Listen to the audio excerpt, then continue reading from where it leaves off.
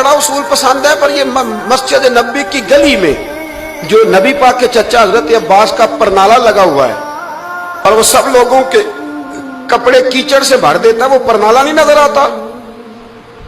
گلی میں لگا ہے۔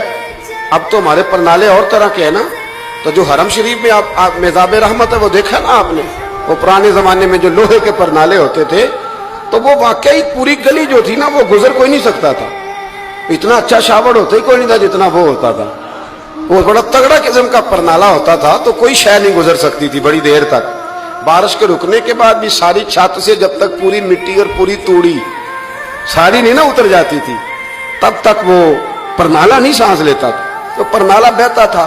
اور وہاں سے بڑا مین گلی تھی مسجد کو آنے کی، لوگوں کے کپڑے آلودہ ہو جاتے۔ ایک دن لوگوں نے حضرت عمر سے کہا یہ پرنالہ نہیں نظر آتا، یہ نہیں اصول پسندی؟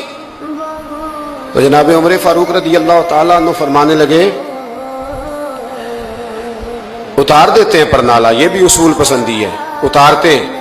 حضرت عمر فاروق نہ گئے، اور شارحین نے لکھا ہے کہ اونٹ کے اوپر بیٹھ کر آپ نے یوں پکڑ کے نا پرنالہ کھینچا، اور جناب عباس کے گھر والوں سے فرمانے لگے 4 کونے ہوتے ہیں گھر کے، چھت کے 4 کونے ہیں، کسی اور میں لگا لو پرنالہ، کو ضروری ہے کہ نمازیاں والی گلی پہ لگایا جائے؟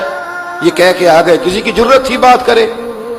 حضرت عباس آئے تو لوگوں نے آ کے کہا کہ عمر نے پرنالہ کھیڑ دیا، اور فرمایا کہ 4 کونے کہیں اور لگا لو۔ تو حضرت عباس مسکرائے، لوگوں نے کہا مسکراتے کیوں ہو؟ فرمانے لگے کوئی مسئلہ نہیں، عمر خود آ کے لگا کے جائے گا، جیسے وہ کھیڑا ہے ویسے۔ لوگوں نے کہا وہ عمر ہے، عمر کو بدلنا اور اس کی بات کو بدلنا، اور اتنی جرت کہ وہ لگا کے جائے، جس بندے کو دیکھ کے شیطان گلی کا رستہ بدل جاتا ہے، آپ اس کی بات کر رہے ہیں۔ فرمایا میں نے کہہ دیا نا عمر لگائے گا، تو انشاءاللہ عمر لگائے گا۔ حضرت عباس مسجد میں آئے، نماز پڑھی، تو کہتے میں نے بات چھیڑی دی۔ عمر خود کہنے لگے کہ حضور آپ سے تو امید نہیں تھی۔ حضرت عباس سے کہنے لگے بھئی جگہ بھی ہے، 4 کونے ہوتے ہیں گھر میں، کوئی ضروری ہے اسی کونے پہ لگے جہاں سے نمازی گزرتے ہیں؟ یہ بخاری مسلم کی حدیث ہے۔